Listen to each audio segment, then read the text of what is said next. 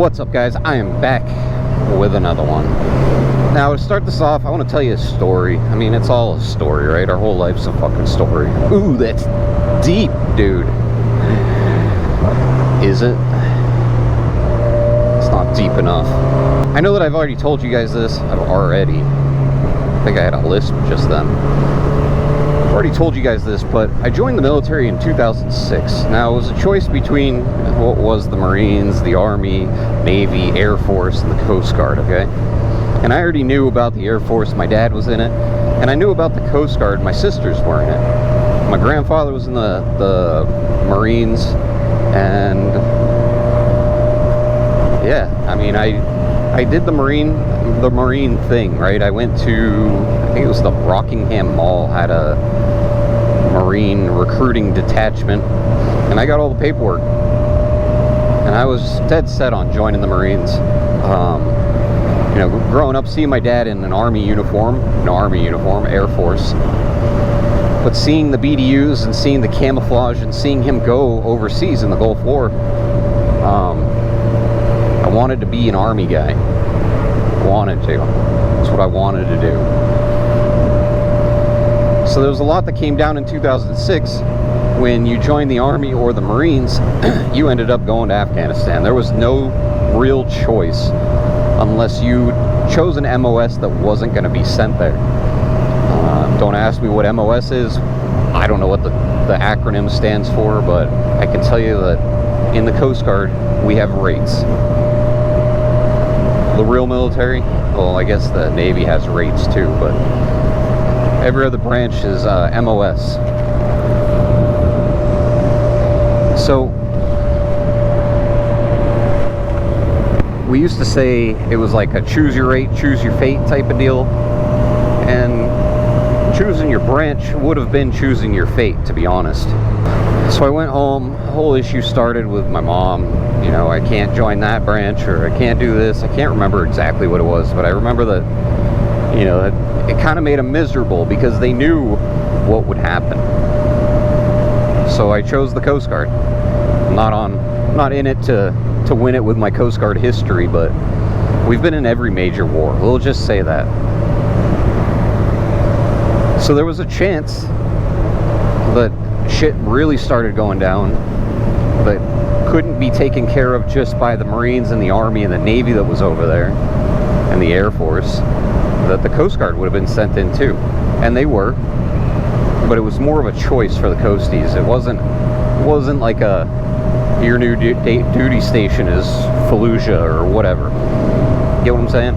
So we could pick if we wanted to go overseas. We've actually picked if we wanted to go to Bahrain or not. And Bahrain was a tough position to get because you came back as a high priority person. So you could really go wherever you wanted afterwards. So I joined. I was a dumbass.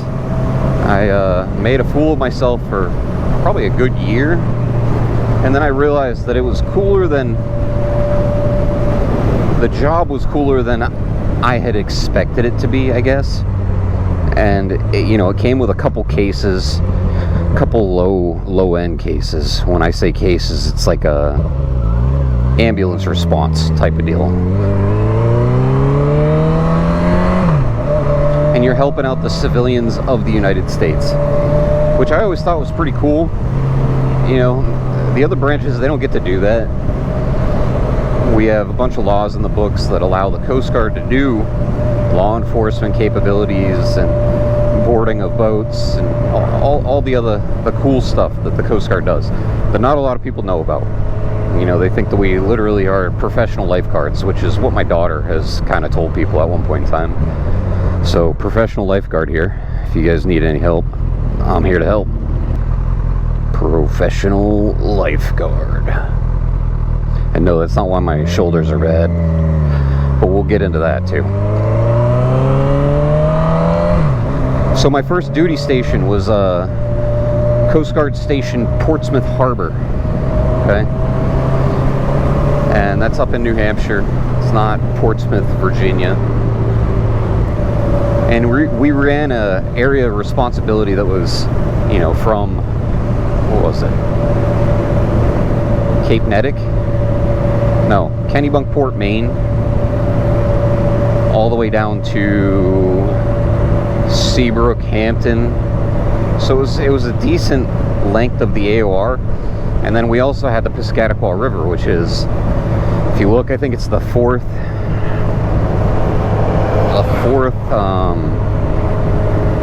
fastest current in the United States or in the world, or something along those lines. It makes the rank in one of the books, whether it's the United States or it's the world. But it's a really ripping river. And with that river comes bridges, and with the bridges comes what we call suicides. I never dealt with a car falling off either of the bridges. I'm sure it's happened at some point in time. That's stuff that gets posted more on the news than what we dealt with. But we did deal with suicides. And I'm so desensitized to the fact that I talk about it like it's just your average day, your normal thing, right? But it's not, and I get it. But I'm going to go into it. I'm yelling at myself. Sorry. It's not average, it's not normal, and I'm going to get into it with you guys. So a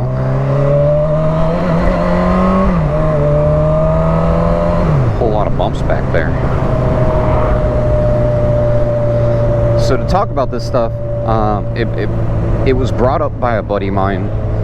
He needed what we call a buddy letter in the military world, I guess. I didn't really know what it was called. I had heard it before, but I couldn't think of what the name of it was. So it's called a buddy letter. And what it is, it's a letter to the VA explaining that you and this person and you're giving evidence to the VA about what you guys experienced traumatically together. And my buddy, he was always, I think we were in the same unit for the entirety of my entire time at this station. So he was on my side. We worked a firefighter schedule, which was 2 days on, 2 days off every other weekend. So all in all, if King and I had spent 4 years all together, it was a total of probably 2 years straight. So you create these relationships with these people, and yeah, I guess it's called trauma bonding. And yeah, we experienced some trauma together. The craziness behind it is King wasn't there for my first, and I wasn't there for his. So we experienced trauma, our first trauma, with other people, and then you kind of learn how to deal with it, and then you experience it again with new people. You create these relationships that are like, they're almost everlasting, right? It's the people that I experienced the trauma with, the things that happened in my life, that I keep in touch with. I share the most common memories with. So it's the guys that I've actually like done things with. Now, if that sounds gay, you can think of it as gay. We didn't do gay stuff.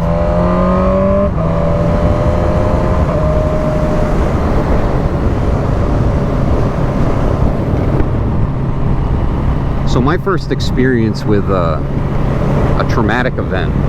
Now, I'm going to get into it with you guys, so if you don't want to hear it, I completely understand. Hit that subscribe button, comment down below, tell me never to talk about this stuff again. But talking about it, I won't go into the gruesome details, but I will go into some details. And if you don't want to listen to it, that's perfectly fine. I'm not asking you to stay. I'm just getting it out there so that you guys can have a kind of a understanding of what it is that I went through in the Coast Guard, the branch that's supposedly the pussy service, or the puddle pirates, or the guys that don't do anything. Now, when we were on duty, we worked non-stop. There was always cases, there was always things that we had to go do on the boats. There was always transfers of submarines and bigger ships, not cargo ships, but LNGs, LPGs, the tankers that carry the fuel up to the northeastern part of the United States. And Portsmouth is one of those ports that has the refineries, I guess. I don't know what they are. The offload areas.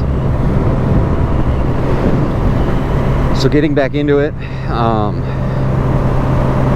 my first experience was probably a 22, 23-year-old girl that left a suicide note and went and jumped off the I-95 bridge. It's the I-95. I always get it confused because it's 495 and then 95. So the I-95 bridge, it's like a, I want to say to the bottom of it, it's got to be over 130 feet up. And unless you're a professional diver, you hit the water and you hit it hard. It's like hitting cement. So people jump off the bridge, they commit suicide. And that was my first experience. We didn't see it happen. We just found her floating. And I remember her parents coming in years and years. This is years and years ago. 2006. So I remember her parents coming in months later and telling us that, you know, she is alive, but she no longer does anything for herself. So a vegetable, or a vegetative state, which really sucks. And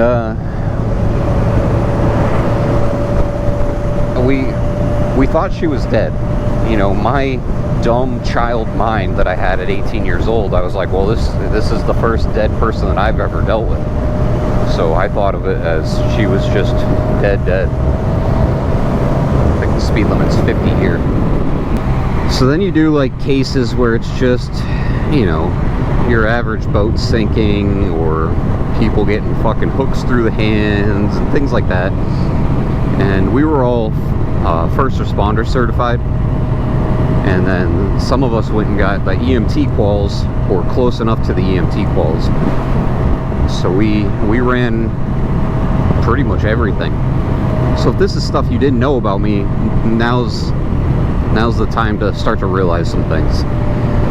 Now I go through these spells of like depression, and I suck at everything and I can't do anything, and I don't like to show it. And the past like month and a half has just been miserable for me, and I don't know why.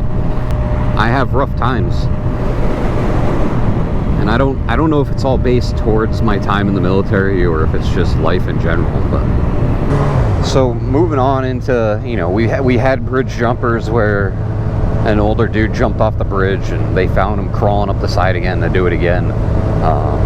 We dealt with guys that, there's this one really fat dude stabbed himself a bunch of times on a short bridge, and then drank some bleach and rolled off the bridge, and we couldn't really pull him into the back of the boat because he was just so friggin' heavy. But it was shit like that you experience, and it becomes less and less. Your mind just starts to look at it as, nah, it didn't really happen like that, or it was too much, so I blanked it all out, that type of deal. So one of the craziest ones that I experienced was a dude left a suicide note for his wife, and we found his boat. And we got onto his boat, and there's just blood everywhere. And I had to ask a couple people about this, and they were like, no, that's one of the ones we did, dude, because it felt so much like a dream. And I had dreams about this, and it just looked like somebody had sprayed red spray paint all over this boat, just everywhere. Just cracked open cans, and just a horrible scene. And I guess the guy had heard there were sharks in the area, and so that he was never found, he just pretty much murdered himself on the boat, committed suicide, and then rolled off the boat. And whatever got him, because no body was ever found for him. And it's just crazy shit like that. So getting back to the buddy letter I had to write for King, he's like, just tell them how fucked up we are, you know, and that I've changed. Now with King, with myself, I'm not going to give you the personal details of the kid, but, you know, he had his issues. We all did. And one of the big ones that we had, one of the worst cases that we ever saw happen, was we got a call and they said there was a bridge jumper on the Memorial Bridge. Now, if you're from the area, if you know New Hampshire, if you know this spot, the Memorial Bridge was an old lift bridge. It was scary to drive across at one point. There was so much rust falling off the thing, chunks of metal falling into the water. So they eventually replaced it. It's a brand new bridge now. But before, they called us the bridge because they, you know, we had the comms with those guys, and we'd be able to listen to if they were lifting, if they were shutting, if they closed it down for some reason, things like that. They're manned bridges. So they call us and they're like, hey, we got a bridge jumper. He's on the Memorial. And with our attitudes, we all laugh. Like, what is he gonna do? Roll off the 20 foot? Like, when's low tide? It's gonna make it even fucking lower for the guy. Maybe 25 feet. I'm like, ow, he's gonna belly flop and swim off to the side. So we're like, okay, like, has he jumped yet? And they're like, no, we can't see him anymore. We're like, what are you talking about? And they're like, he's climbing to the top. So to the top of the lift bridge was about 130 feet. So like the top of where it lifts from. And that's where this guy climbed to. So we get in the friggin' 25 and we rip down to the Memorial. And just as we get there, we're looking for him, and he swan dives in front of the boat.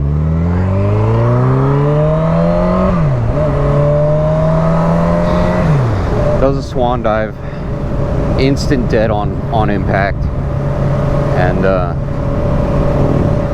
it's just a sad story of, you know, people going through so much shit, not having anybody to talk to, and then taking this way out. And it's not the easy way, you know, I can promise you that. But it's also not the way it was meant to be, right? It's not. Suicide is not it. That's not the way to go. No matter who you are and what you think. And I think that's why I had such an issue with Canada's, you know, fucking, if you don't feel good, you got to go to a couple psychiatrists, and then we'll have a doctor medically assist death. Like, that's so fucked up. And they're doing it to people that don't need it. But to get back onto the topic, we watched a suicide of a man right in front of us. And it's a horrible, horrible experience.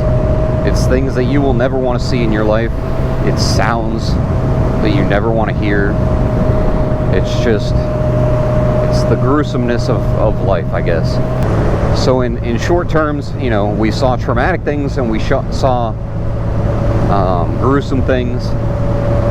And then, like, he's got a different name for some of them. I came up with different names for some of them. And the one that hit home the hardest was a guy that went out in his kayak. We found him, told him that a nor'easter was ripping in. He was just trying to stay out on the Isles of Shoals, which there was a hotel out there. It still is.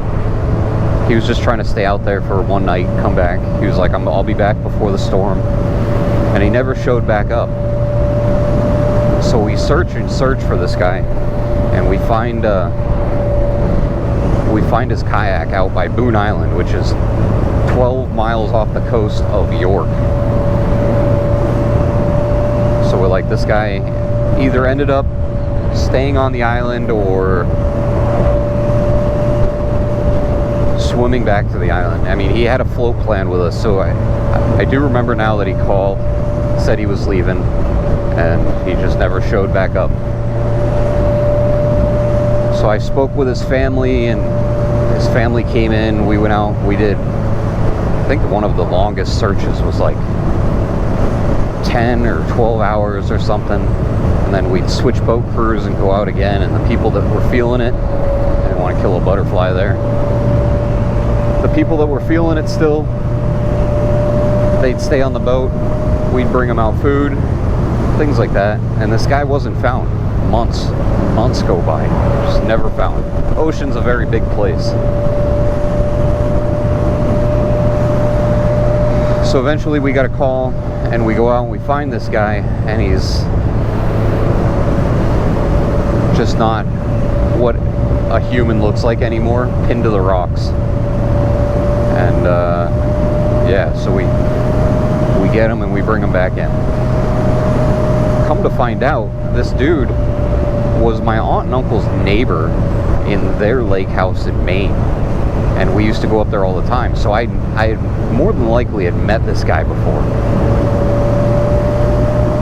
So what really fucked me up was, you know, it's just like the people that I had met, and it's not always like that, but in my head I had convinced myself that I was like the bringer of death, right? I was the Grim Reaper. People that met me, eventually they go down in a way that I deal with it personally in the long run. And I know that's not the case, but that's how I felt at the time. You know, it was just one right after another. It was craziness after craziness after craziness, but it is what it is. So for all those people that know me and know that I don't do funerals very well, I don't like to see the people laying there. That's one of my biggest things, because it brings back these memories of the shit that I saw, the people that I dealt with. And it's not something that I like. It's not something that I think I'll ever like. I don't think it's anything that anybody likes, actually. But I just don't do funerals. I don't do the open casket stuff. It doesn't really bother me, like, personally, but it fucks with my head horribly. So that's why I don't do that stuff. So for anybody that knows me, that's been to funerals with me or whatever, seen me at funerals, just know that it's not any disrespect towards the person that passed away. It's just I can't do it myself. It fucks with me too much, and I don't need any more things to fuck with me. Kind of sounds pussy-ish, but it is what it is. Again, it is what it is. I'll go to the funeral, I'll go to like the actual, like, I can look at the coffin all day long. As soon as that thing opens and I see the person, I'm just not good with it. Just not good with it. If you like this video, guys, hit the thumbs up, comment down below. You know, if anybody ever wants to talk, I'm more than happy to sit and talk with you guys. There's ways to get a hold of me that I can share, and we can talk. I have no issue. Unless you're just a crazy person, and then I have an issue. But I don't think any of you guys are really crazy people. But yeah, suicide and that stuff is not the answer, so just keep that in mind. And I will see you in the next one.